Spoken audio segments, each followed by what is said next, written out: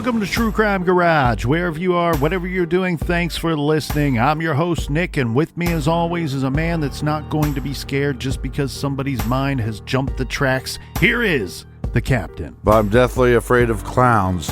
It's good to be seen, and it's good to see you. Thanks for listening. Thanks for telling a friend.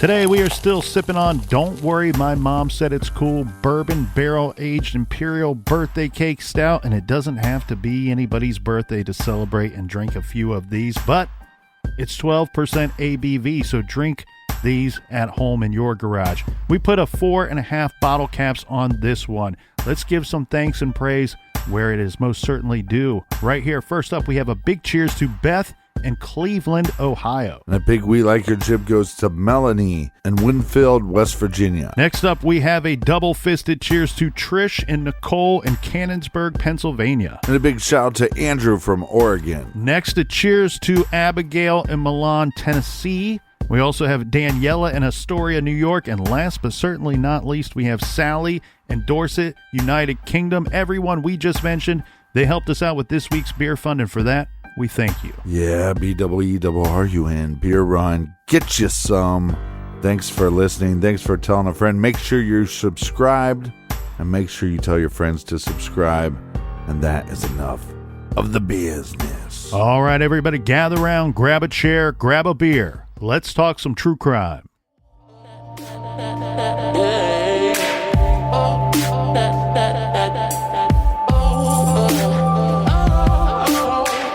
Where we left off yesterday, Captain, is with the accidental, or what appears to be an accidental death of Ron Gillespie driving his truck August 19th, 1977. Am I saying 100% that there was no foul play involved? No. I don't think anybody can say that for certain. However, the evidence shows and stacks up that this does appear to be an accident. And if there was anybody else involved, the police, the sheriff's department, and BCI could not find any evidence of such. Right, and the police have to rule this an accident based off the evidence. And when people talk about a cover-up, again, what would be their motive? What would be the whole police department and the sheriff and everybody else involved, coroner, everybody else involved, what would be their motive to cover up this accidental death for the superintendent or a bus driver? It doesn't make a lot of sense to me that there would be a cover-up. And in regards to Sheriff Dwight Radcliffe, I want to point something out here. This name may sound familiar to our longtime listeners because we gave him a shout-out in episode 396 in May of 2020 when Dwight Radcliffe passed away. We gave him a shout-out because Dwight Radcliffe was not only the sheriff of Pickaway County, he was the sheriff from 1965 until 2013. He was the longest-serving sheriff in the entire country, in the United States. And I understand that that does not make him a perfect man nor a perfect sheriff. However, what I see here, Captain, when we reviewed the information is rather than looking for reasons that this was a cover-up, what I found were reasons that the sheriff's department was looking to prove that there was no foul play to themselves. Right. By sending the gun to BCI, sending the ammunition to BCI. Had there been foul play or had they suspected foul play, they would have followed up on that. Yeah, because they want to solve why these individuals are getting harassed by this letter writer. And again, let's go back through a couple pieces of evidence. His blood alcohol level was 0.16. Family is surprised. They go, hey, we're surprised by this because he's not a heavy drinker. Well, if he's not a heavy drinker, then 0.16. He might not be able to operate a vehicle to the best of his ability. Also, not wearing a safety belt. Yes, and to be clear, basically thrown from his truck. Maybe if he's wearing the safety belt, he makes it through the accident. And to be clear, no one should be operating a vehicle with a 0.16, especially here in the state of Ohio where they've decided 0.08, half of that, is past the legal limit. Mm-hmm. Now, The next stop in our timeline would be 1983 per the Unsolved Mysteries timeline that we reviewed earlier. 1983 in February is when the attempt is made on Mary Gillespie's life, when she finds the nasty sign that has words and statements so nasty and terrible on it that she has to tear it down.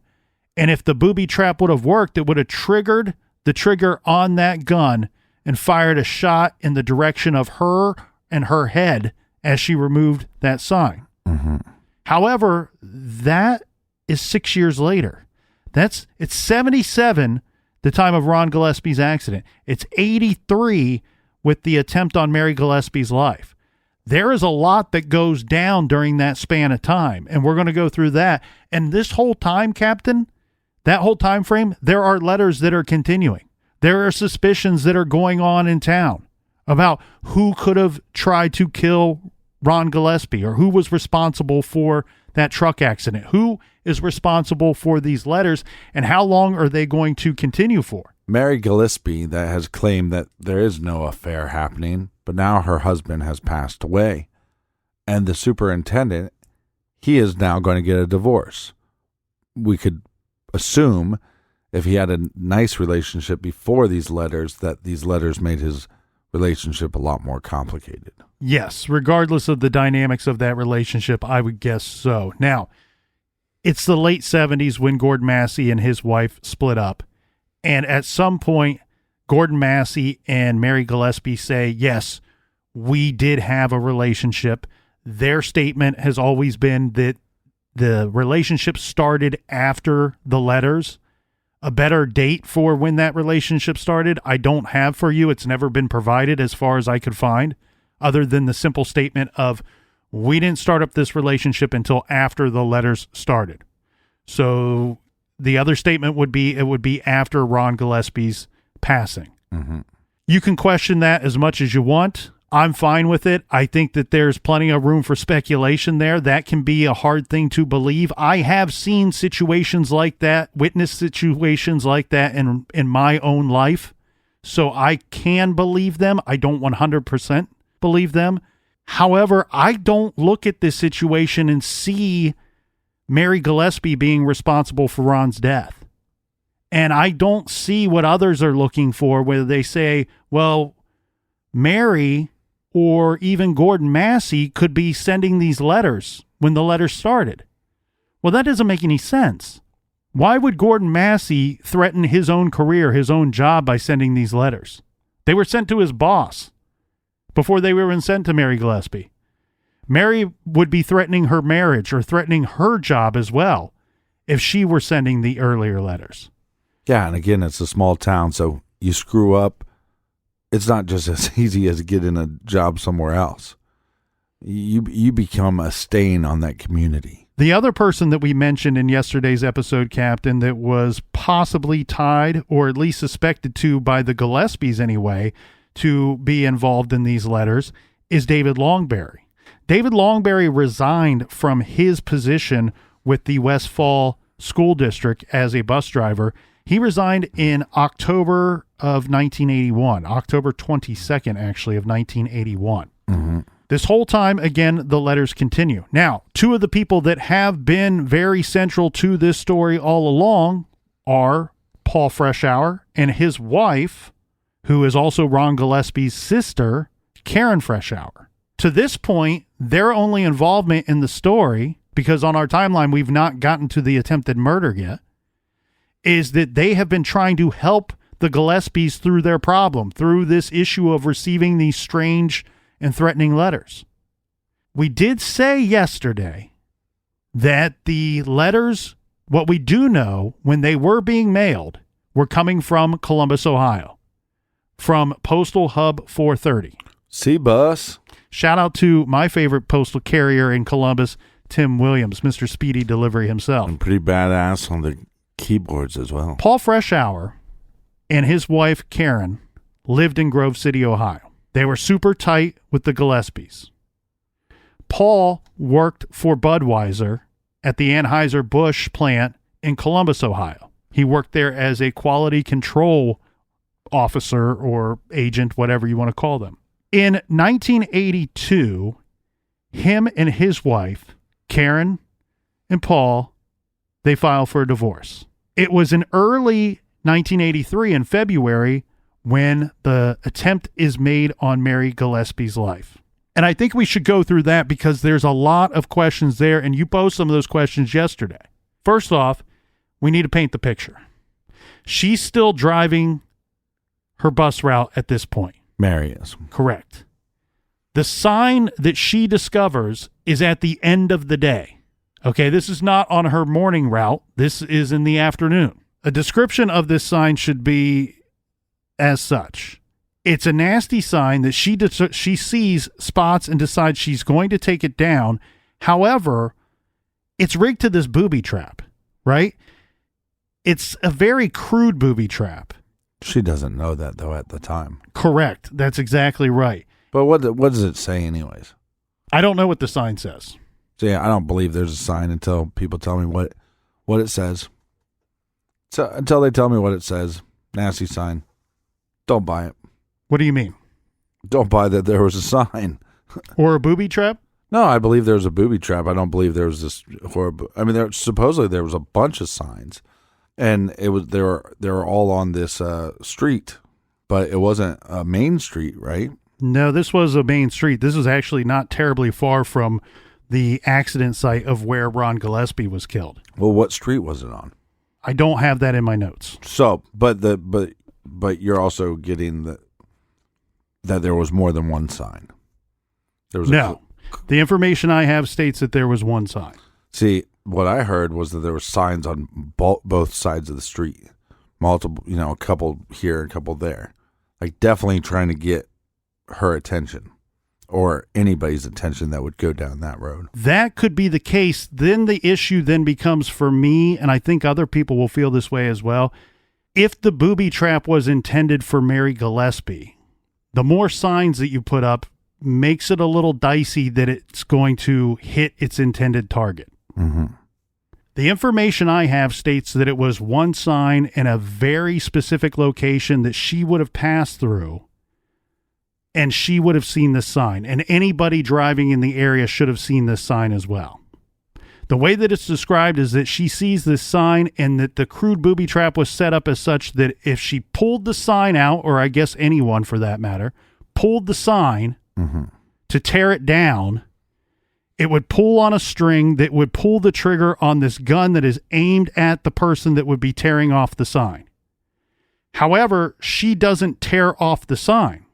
It's attached to, like a post. She pulls the stake or post out of the ground and then sees the string that is tied to this other stake or post. Right. Takes that down as well.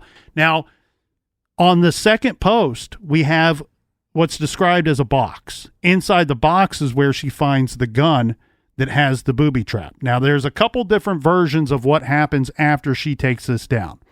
In every version, she takes both of these items and brings them back onto her bus. In some of the versions of the story, she then discovers that the gun was rigged up to shoot whoever would tear off the sign. Mm-hmm. In other versions, and I think this is where it comes into question where you brought up her own personal vehicle. The majority of the versions of this story is it's not discovered, the booby trap anyway, until she gets home and she's done with work. And as soon as she discovers this booby trap, she gets in her car and now she's driving off and she's going to report this to the authorities. Well, I also think that maybe that's the reason why people think there was multiple signs was because, like you said, she had to take down 2 posts. Well, and there's some dramatizations of this story that do show multiple signs. Mm-hmm. I think the reason why they showed that is to increase the threat level. Some would say till midnight. Michael Scott, The Office. The other situation, too, is this was not the first day nor first time. In fact, in years, this has been going on for years where people were posting these nasty signs. Mm-hmm. And we mentioned yesterday, Ron would drive around looking for them.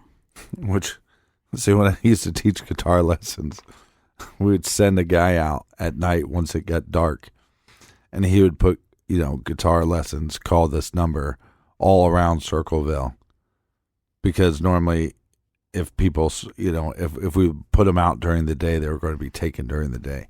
But if we put them at night, at least the morning traffic would see them. Well, a lot of these signs had to do with her whatever relationship with Gordon Massey, which is not that big of a deal at this point. They're both not married. Mm-hmm. But it's one of those relationships.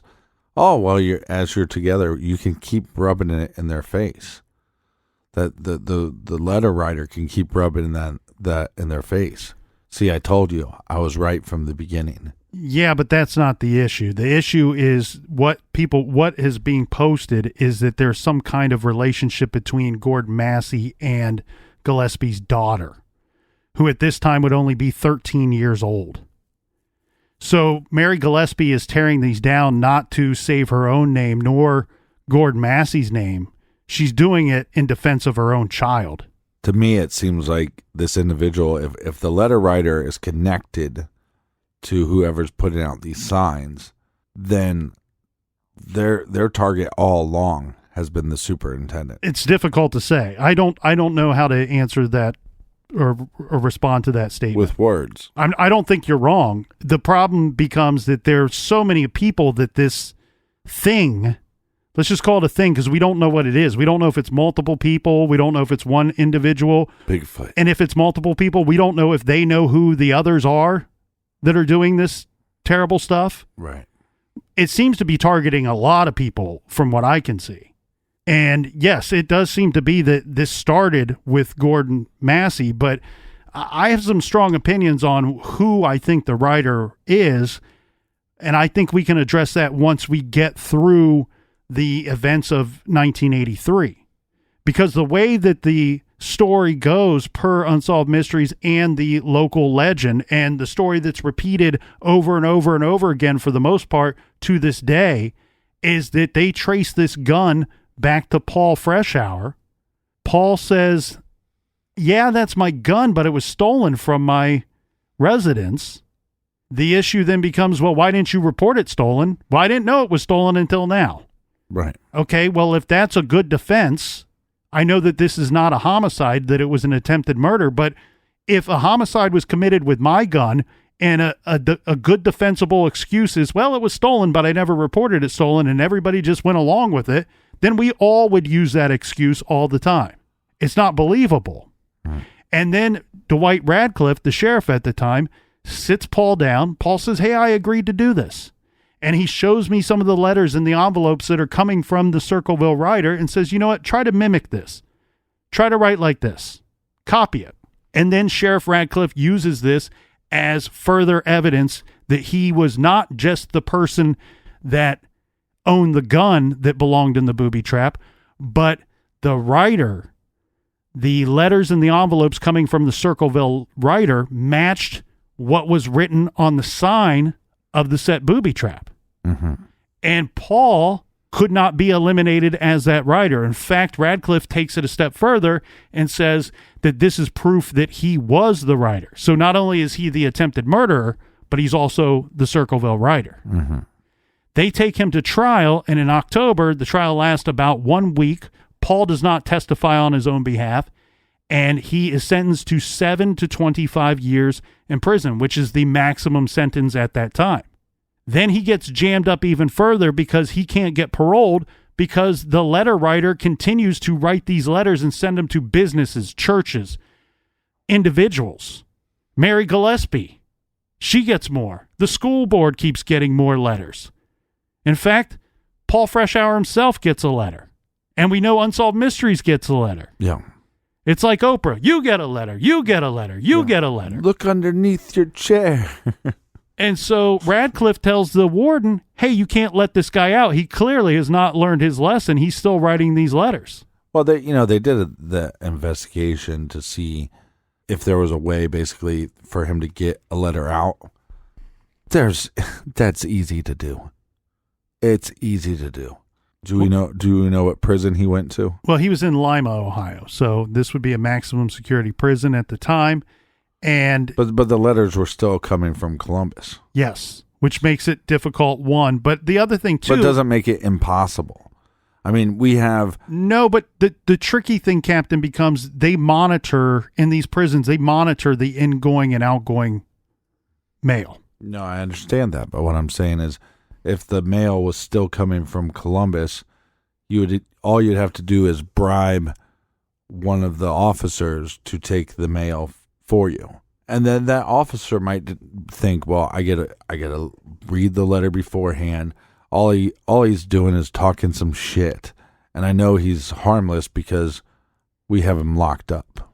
I'm just saying it wouldn't be that far-fetched to have him bribe somebody to, hey, if I write a couple letters, will you drop them off for me? No, and I'm glad you bring that up for a couple of reasons.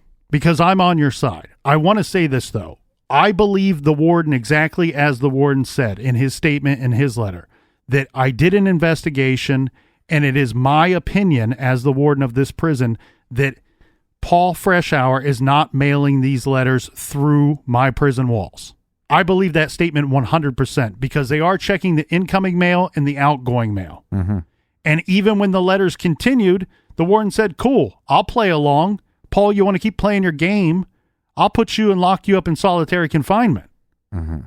And he kept him in solitary time and time again, 3 different times. And the letters continued during all those times. But I'm with you. I've seen Shawshank Redemption. I've read the book.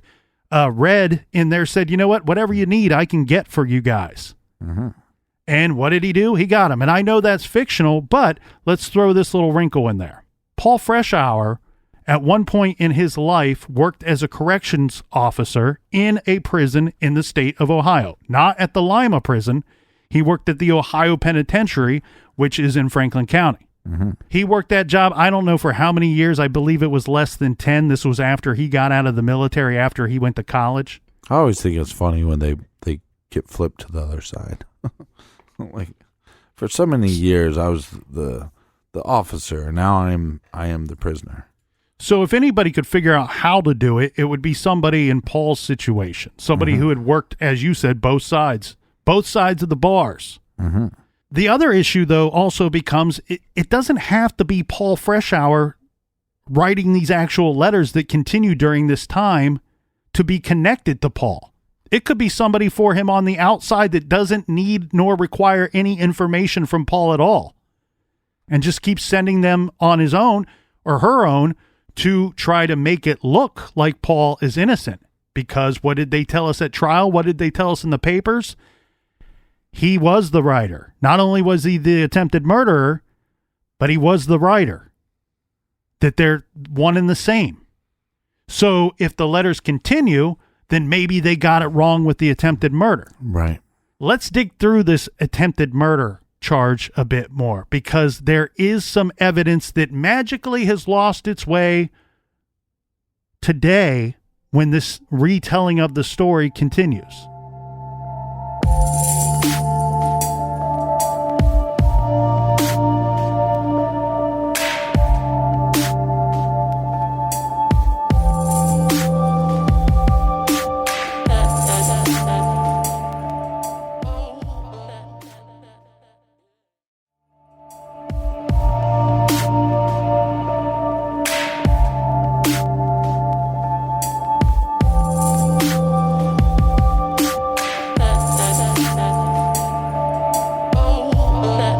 Back. I didn't go anywhere. Well, you should have. Tall cans in the air. Cheers to everybody. You should have front went and somewhere. back, side to side. Oh, by the way, if you would like to receive some mail from us, make sure you sign up on our mailing list. That's right. That's right. We will try not to send any booby traps. So here's some issues with Paul's guilt and with his innocence that we should point out. Mm-hmm. First off, we had several people at his trial that testified as to eyewitnesses of what they saw that day where the sign and the booby trap was set up. Yeah, but we have issues. We always seem to have issues. The issue became a couple of things. One, Paul did not go to work that day. We know he worked in Columbus, so that would have been a really good day for Paul Freshour if, in fact, he was innocent to go to work. Yeah, and that, it would have been a 20, 30-minute drive for him. The Anheuser-Busch plant is North Columbus. It would have been an hour for him to get to this location. And he worked long days as a quality control officer. He worked 50 hours a week up in North Columbus. Yeah, but if he didn't go to work, and he's coming from his home in Grove City. That's correct. I'm sorry. I thought you meant if he was at work. But yeah, so it would have been a great alibi had he been at work. Now, he did have an alibi for portions of that day. The question then became when, in fact, was the sign and the booby trap set up? Because there are other people that say, hey, I saw a tall, sandy-haired man in a yellow El Camino parked right in that general area, and this was before the sign was visible to anyone else. Mm. There were other eyewitnesses, however, that put Paul in the general area of Circleville and Danville around the time that it is believed that the sign and booby trap were set up. So more for him being in the area rather than against. And of course, the damning evidence is that he did not go to work that day. There's also a lot of stuff going on in Paul's life leading up to February of 1983. In 1982, he and his wife Karen divorce, and it's not a good one. It's not a clean break. It's not nice and neat for everybody. Well, then why not shoot her? One problem has always been for the case against Paul Freshour as setting the booby trap, attempting to kill his one-time sister-in-law, is that he's this nice, quiet man. He would never do anything like this. However, at the divorce proceedings, it's presented at that trial, at that court case, Paul beat up his wife when he suspected that she was running around on him. And he beat her up pretty bad. And we know this because we have the police report. She has a black eye. She received several stitches. And this is not a he said, she said situation.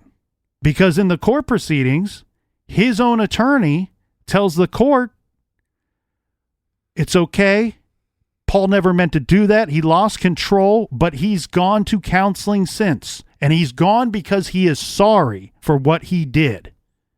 That's admitting that he was violent against his own wife. Yeah, piece of shit. They divorce in 1982. And at some point, Paul moves on. He has a girlfriend, which becomes his wife before February of 1983. Paul somehow, even with the violence, is awarded the children and the house during the divorce. And Karen goes to live in a trailer at the back of Mary Gillespie's property. There are signs that are being posted in Darbyville and Circleville leading up to the booby trap sign that are now making nasty statements about Karen Freshour, saying that she's a lesbian and naming the woman that she is supposedly involved with, even though she has a boyfriend. Mm-hmm. And she goes on to you can have a boyfriend and a girlfriend at the same time. That's true. I mean, all of the stories we cover, you can have a husband or a wife and a boyfriend and girlfriend at the same time. I'm pointing part of this out, though, because there are a lot of people that believe that Karen Freshour could have been the letter writer. Well, I mean, just because there's some nasty signs about her, it's like you got to take a couple for the team. My look, when I look at these letters, I mean, just going off, I want to know your opinion. To me, the writing seems a little feminine.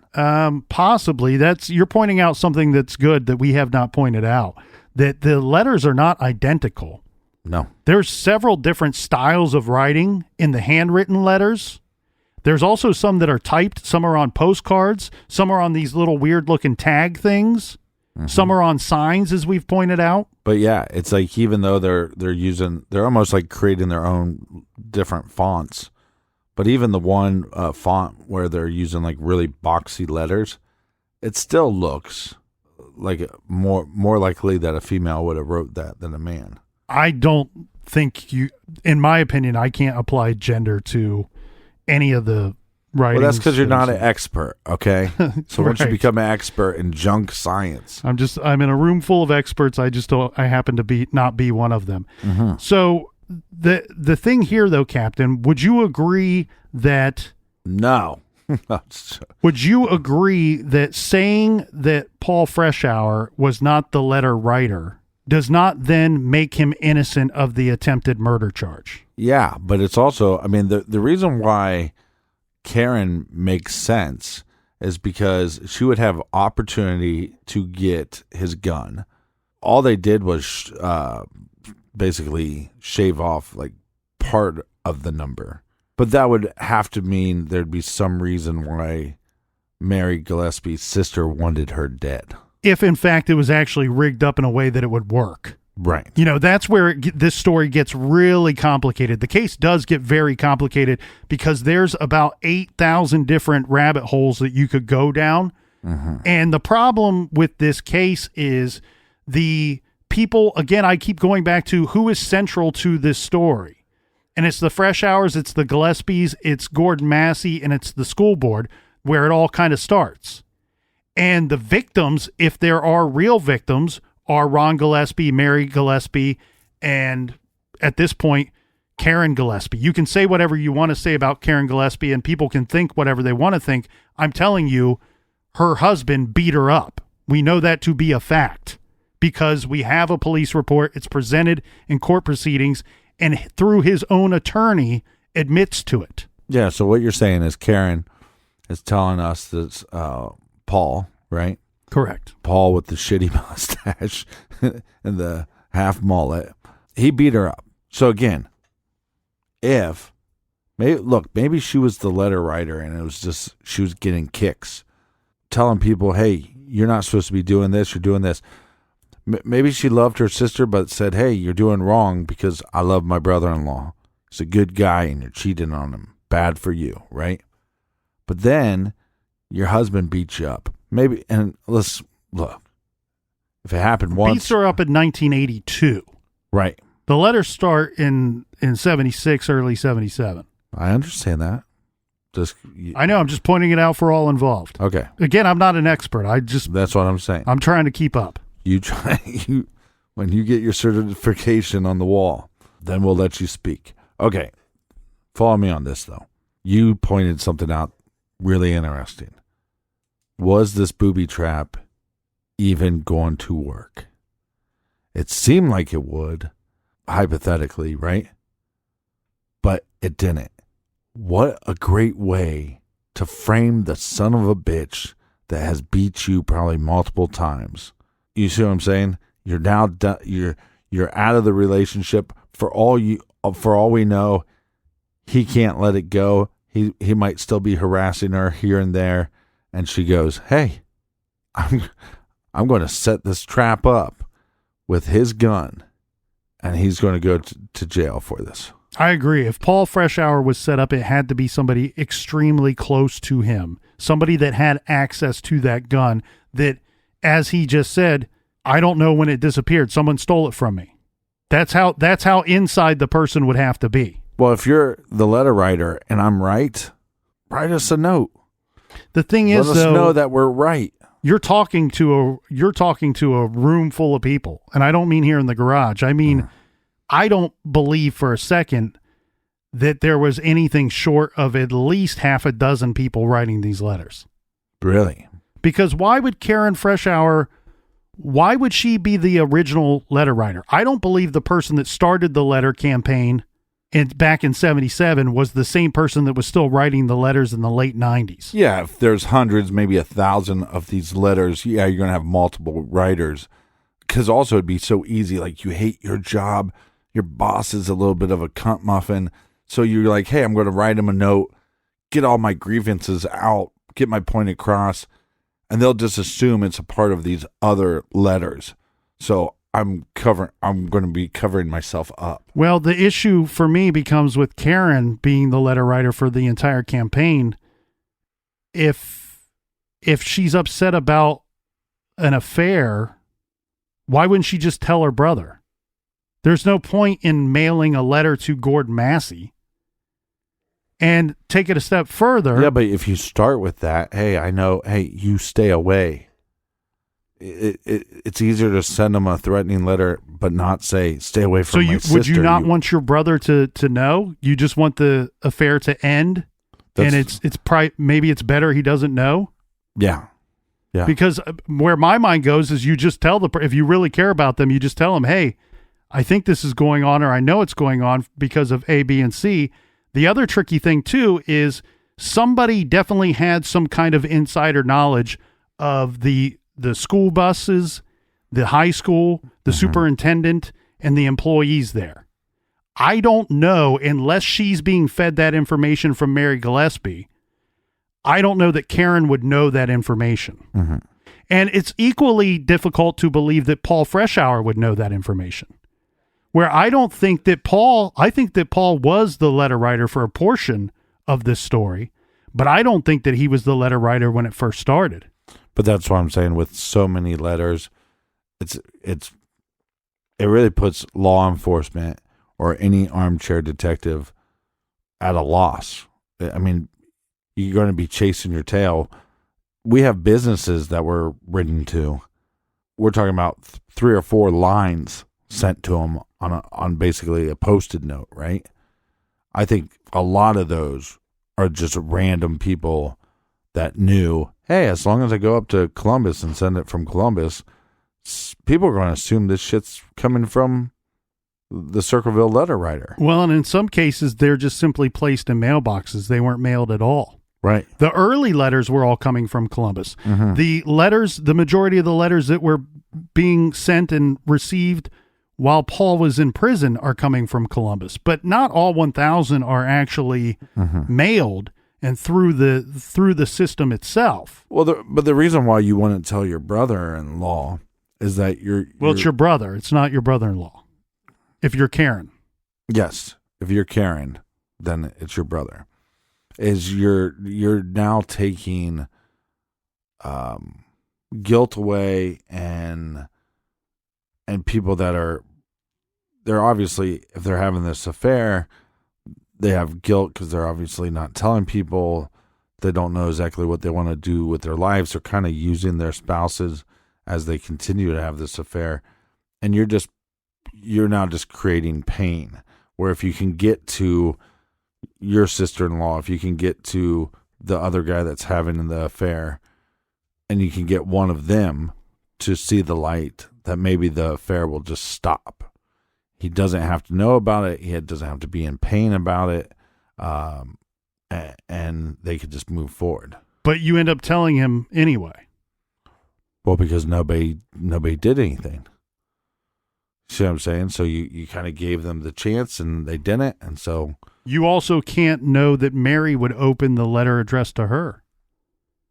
You see what I mean? It gets very complicated very quickly when you try to assign a certain person to being the letter writer. No, yeah. No, and it works that way for every single person that you try to apply it to. Not just Karen. It works that way for Paul, for Mary, for Gordon, for a lot of other people involved. And I think the reason why it works out that way is A, the letter writer constantly contradicts themselves. The threat to Gordon Massey, hey, if you don't do this, I'm going to go to the school board, but then you don't give him time to do anything about it. You just go to the school board. Hey, if you don't come out with this affair, I'm going to go to the school board. Well, you've already gone to the school board. Mm-hmm. And then you tell the husband. But what's the husband supposed to do? He's supposed to end the affair. It seems to be the original letter writer was more concerned about ending the affair rather than actual consequences for any of these people.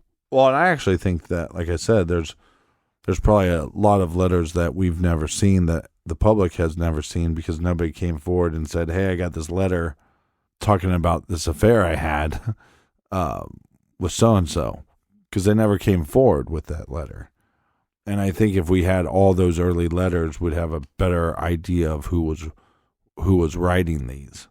But again, the problem with this case is once you get all these letters out there, and like I said, if I think my boss is the biggest, douche in the world, right? I can write him a letter in this style and get away with it. And how many other people in that town decided, well, I can do the same thing? Now, take that same logic and go, in 82, I'm beat up by this little bitch of a man that thinks he can put his hands on women whenever he wants. And I'm tired of his shit. And maybe he's threatening her even afterwards and decides to set him up. It's not impossible. I find it difficult there again to believe that Karen would be the letter writer based off of the nasty things that were said about her on the signs. No. Did you not hear what I said? Has nothing to do with her being the letter writer. It's now an opportunity. Oh, some people are questioning whether Paul is the letter writer. Let me set up this scenario using his gun that I stole from him. Right. And make it seem like these signs were set up. And it didn't seem like there was a lot of eyewitnesses that saw those signs. There's some reports of, oh yeah, I think I might have saw this, but then she collects that evidence, and what does she find? A booby trap that does not work for whatever reason, and she takes it back, and it just so happens to be Paul's gun. And what a great way for, Karen, or possibly Mary and Karen, to set up so this son of a bitch goes to jail. See what I'm saying? Oh, I agree. Because many if some people son of a have thought bitch that. beat up my sister and she came to me and said, hey, I got this little ruse because they're not going to put him behind bars. They're not going to protect me. I'm going to protect myself. I could totally see going, okay, yeah, that makes a lot of sense. And then it's his gun. And if they think he's the writer, this guy goes to jail. I get what you're saying. And many people have thought that. And it's certainly an interesting angle to look at. Many people have said, you know what, maybe Paul is innocent here and maybe Paul's the actual hero and Karen is the villain all along that we should have been looking for when we thought Paul was the villain. Well, I mean, Paul's a villain in my eyes. I mean, you don't put your hands on women. There's a couple things that get, again, conveniently left out from the story along the way. One, the incident of Paul actually being a violent man on record when people say he's not capable of such horrible things. So the gun itself is lab tested so they can come up with the serial number to trace where it came from. They trace it to a sale at a pawn shop in Columbus, and it's proven that pawn shop sold the gun to Paul Freshour. Uh-huh. That's not really in question because Paul admits to the sheriff, yes, in fact, that is my gun, but it was stolen, and I don't know when it was stolen. Why didn't you ever report it stolen? I don't know. Well, because I didn't know it was stolen. Yes, that's fair. Right. However, he does say that his home was burglarized. So, that's where he loses me a little bit. Is there a report of this burglary? Was there an insurance claim of this burglary? Those are things that I could not find. If he chose not to report the burglary, why? The other thing that gets lost along the way is when we go back to the writer and when we look at Paul's guilt, again, we've both agreed that whether or not he was the writer at any time during this story has little to do with him actually being guilty. He doesn't have to be the writer and be guilty of this attempted murder.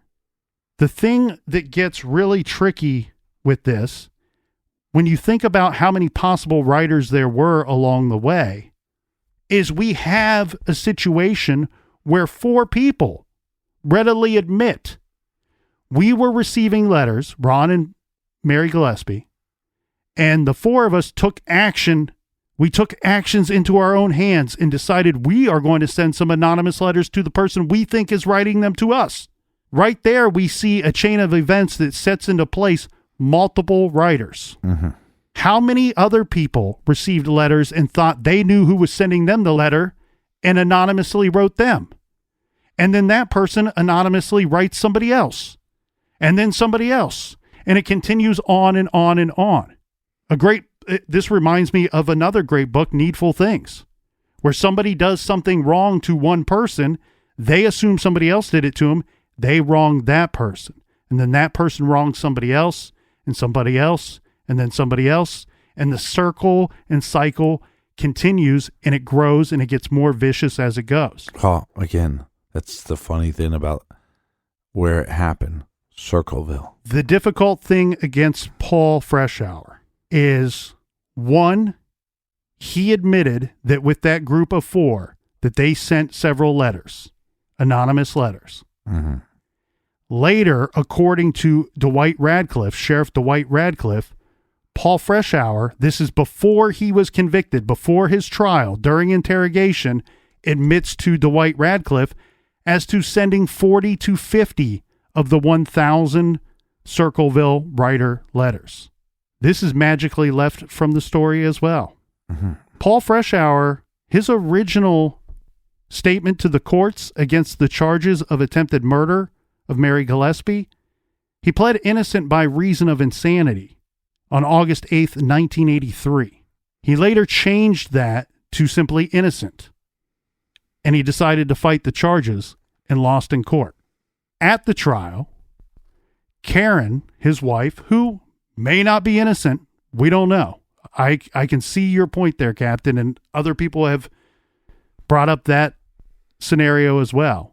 But Karen testifies in court that on more than one occasion, she caught Paul with strange letters.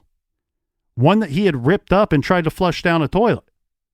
One that she found stuffed between the mattresses. She thought that Paul was the letter writer. But she also didn't think that he was doing it since 77. I wonder if there's a situation here, Captain, where Paul Freshour went off the rails. Do we have a situation where his life is spiraling out of control and he uses this already existence of the letter writer and the letters themselves as something easy for him to step into, to take advantage of a situation? He loved Ron Gillespie. There's no doubt about that. That's his own words that I'm using there. He says that Ron Gillespie was his best friend. He's convinced that somebody killed or Ron Gillespie was involved in some type of foul play that led to his death. Is there a chance that he ultimately believed Mary Gillespie was somehow responsible for the death of his best friend? And then after his nasty divorce and after he is brought into the light and shown to be who he really is, uses this writer as an opportunity to further attack his ex-wife by posting nasty signs about her, and attack Mary Gillespie, posting signs about her and sending nasty letters along the way. David Longberry, who we've mentioned several times in these episodes, he's not without fault here. He's not just another innocent person along the way. He, in the 90s, was accused of raping or sexually assaulting an 11-year-old girl, and he went on the run. I couldn't find exactly what happened to him or confirmation of such, but the story has always been that he hung himself somewhere in Texas. I happen to wonder, Captain, I'm not going to sit here and pretend to know who the writer was. I'm not going to sit here and pretend to say that Paul was 100% guilty or that Ron Gillespie died 100% in a one-car accident that involved nobody else. But it looks to me to be a situation where Paul was guilty of what he was charged with. And Ron's unfortunate ending was probably just an accident. I also think that there's a good, strong chance David Longberry, who resigned in 1981 and who worked for the school system in 76 and 77, 78, and leading up to 1981, knew the inner workings of such. He may have been the writer or one of the writers in the beginning. And I think Paul was probably one of the writers at some point along the way. Maybe in 82, 83. Maybe he figured out a way to continue to write them or had someone on the outside. That's the other thing here, too, that I think gets missed. People assume because the letters continued that it couldn't have been Paul. They also assume that he had to have been getting letters out of prison. He doesn't. Somebody could have helped him on the outside with getting no information from Paul at all. No help from Paul at all. Nothing. Well, and when people say, well, he got a letter, I mean, well, if he was the letter writer, he could just go, well, look, guys, I got a letter. So I did. Yeah, he does this. Hey, guys, I got a letter. I just finished writing it. No, but that's what makes this case so complicated. Like what you were saying. Is there one writer or multiple writers? And are the writers even aware of each other? Or are they all using each other as a pawn to not be caught as the main writer. And a lot of times we should point out the writer's not committing any actual crime. Right. To send somebody a letter saying, hey, I know your secrets, that's not a crime. Sounds like a good time. You have this whole situation with this car accident. Was that caused or was it an accident? Was it? So that becomes a twist. And then you have this whole possible booby trap that was set up.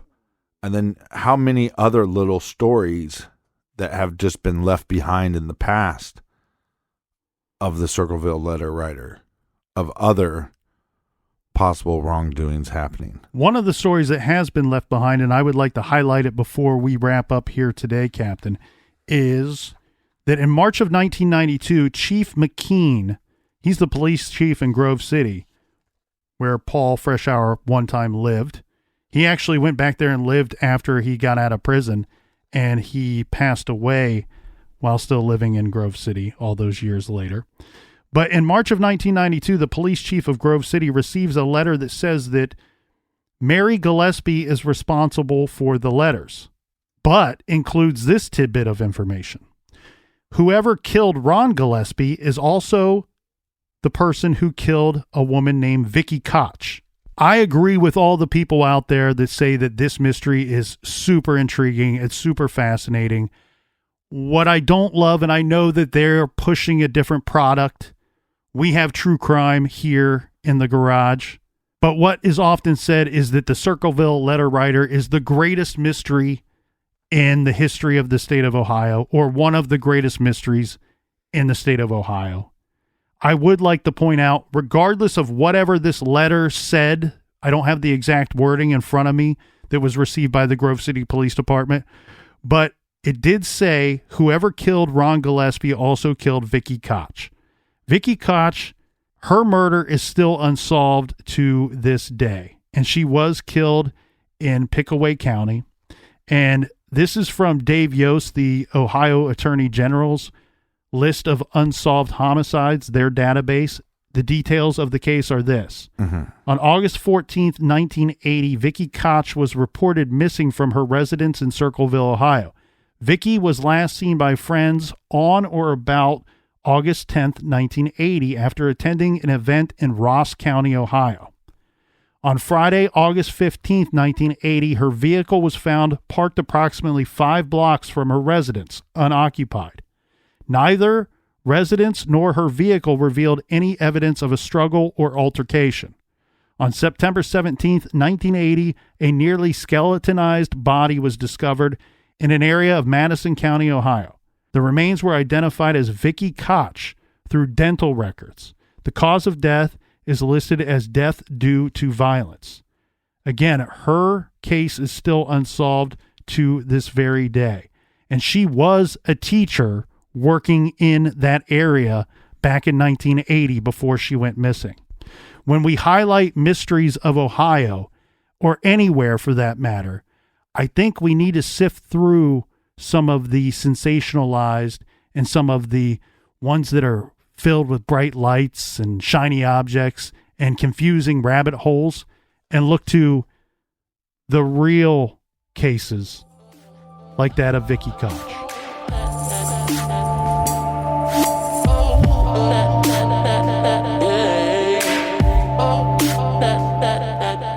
Thank you, our friends, for joining us again for another fascinating case.